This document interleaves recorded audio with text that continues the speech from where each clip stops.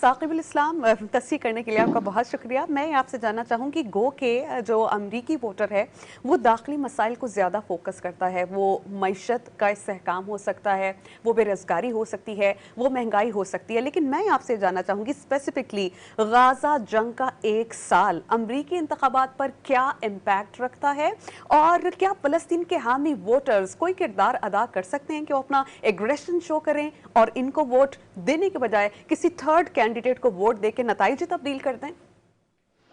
بالکل، یہ بہت دلچسپ آپ نے سوال کیا، اور یہ اس وقت جو گراؤنڈ ریالٹی وہ اس کے مطابق یہ ہے کہ غزہ وار کو جس کو شروع ہوئے 1 سال سے زیادہ کا وقت ہو گیا ہے، پچھلے سال اکتوبر میں شروع ہوئی تھی، تو وہ اس کو صدر ڈونلڈ ٹرمپ کے لیے کووڈ جیسے جو بائیڈن کے لیے کووڈ ایک پینڈیمک جو تھی وہ ایک نوید لے کر آئی تھی کہ ان کے لیے وہ ایک آسانی پیدا کر دی تھی اس نے. اس طرح غزہ کی وار نے صدر ڈونلڈ ٹرمپ کے لیے آسانی پیدا کی ہے، کیونکہ صدر ڈونلڈ ٹرمپ کا ایک کھلا سٹانس ہے، وہ کھل کر کہتے ہیں کہ وہ اس جنگ کو ختم کریں گے. اس کی وجہ سے ان کو نہ صرف امیگرینٹ ووٹ مل رہا ہے بلکہ مسلمان تنظیموں نے ان کو انڈورس بھی کیا ہے.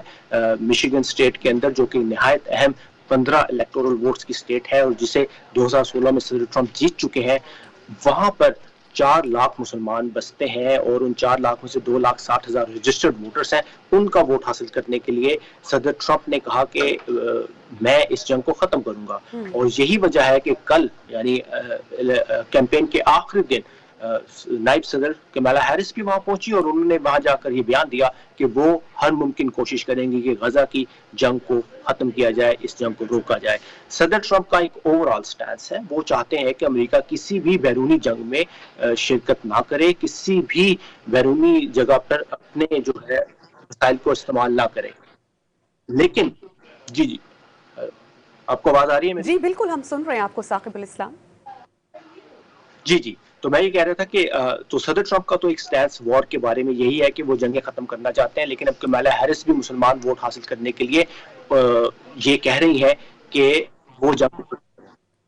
اچھا ثاقب، ہم سبھی یہ جانتے ہیں کہ ڈونلڈ ٹرمپ نے وہ ایک بزنس مین ہے اور چاہیں گے کہ آ کر معیشت کو سنبھالا دیں، اس لیے وہ چاہتے ہیں کہ جنگ کا خاتمہ ہو، اور وہ اس سے پہلے بھی سٹیٹمنٹ دے چکے ہیں کہ اگر میں صدر ہوتا تو یہ جنگ ہونے نہیں دیتا. اس کے علاوہ انہوں نے کہا ہے کہ وہ ان لیگل امیگرنٹس کو یہاں سے نکال باہر کریں گے. اب میں اگر کمپیریزن کروں کیملا ہیرس سے، وہ ایک ایڈوکیٹ ہیں، انہوں نے ابورشن کے بارے میں کہا ہے کہ وہ اس میں لیجسلیشن کریں گی. تو ان دونوں کی کیمپینز اور نقطہ نظر کو دیکھا جائے، اسٹرانگسٹ پوائنٹ آف ویو آپ کو کس کینڈیڈیٹ کا لگا اور کتنا وزن دیکھتے ہیں آپ اس میں؟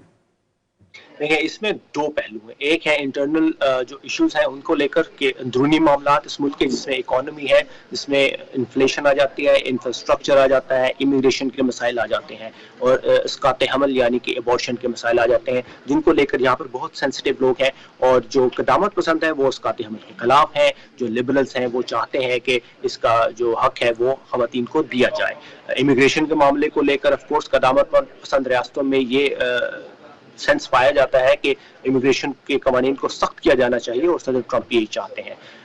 تو یہ ان تینوں ایشوز، چاروں ایشوز پہ، انفراسٹرکچر، اسقاط حمل، امیگریشن اور جو انفلیشن ہے، ان سب پہ صدر ٹرمپ کو برتری حاصل ہے. وہ امریکن جو ووٹر ہے اس کے ساتھ ریزونیٹ کرتے ہیں. وہ ووٹر جو یہاں پیدا ہوئے ہیں، وہ امریکن جو یہاں پلے بڑے ہیں، وائٹ امریکن اور افریقن امریکن، اور اس کے علاوہ امیگرینٹ امریکن جو یہاں پیدا ہوئے ہیں. لیکن وہ امریکن جو تارکین وطن ہے، جو باہر سے آئے ہیں، ان کے لیے امیگریشن کا مسئلہ ڈفرینٹ ہے. وہ یہ چاہتے ہیں کہ ان کے پیارے اس ملک میں آئے، تو وہ ڈیموکریٹس کے ساتھ ریزونیٹ کرتے ہیں. اور دوسری طرف جو فورن پالیسی کے ایشوز ہیں، جو ایکسٹرنل مسائل ہیں، ان میں ڈیموکریٹس کے ساتھ لوگ زیادہ ریزونیٹ کرتے ہیں، کیونکہ کمالا ہیرس ایک راؤنڈ ہیڈڈ خاتون ہے.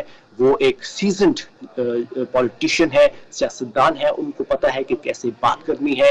وہ انٹرنیشنل مسائل کے اوپر بہت اچھے طریقے سے اور ریٹرک کے ساتھ بات کرتی ہیں، دلائل کے ساتھ بات کرتی ہیں. جبکہ صدر ٹرمپ ایک ایسا بیان دے جاتے ہیں جو بعض اوقات فورن پالیسی کے لیے ایشو بن جاتا ہے. تو فورن پالیسی کے معاملوں کے اندر اور جو ایکسٹرنل مسائل ہیں ان میں کمالا ہیرس کو برتری حاصل ہے، انٹرنل مسائل میں صدر ٹرمپ کو برتری حاصل ہے. لیکن یہاں پر ایک چیز انٹرسٹنگ میں مینشن کرنا چاہوں گا وہ ہے مسلمان.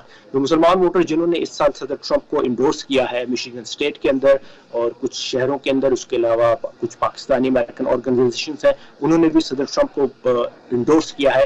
حالانکہ صدر ٹرمپ مسلمانوں پر بین لگانے کی بات کرتے ہیں, وہ امیگریشن کے قوانین کو سخت کرنے کی بات کرتے ہیں.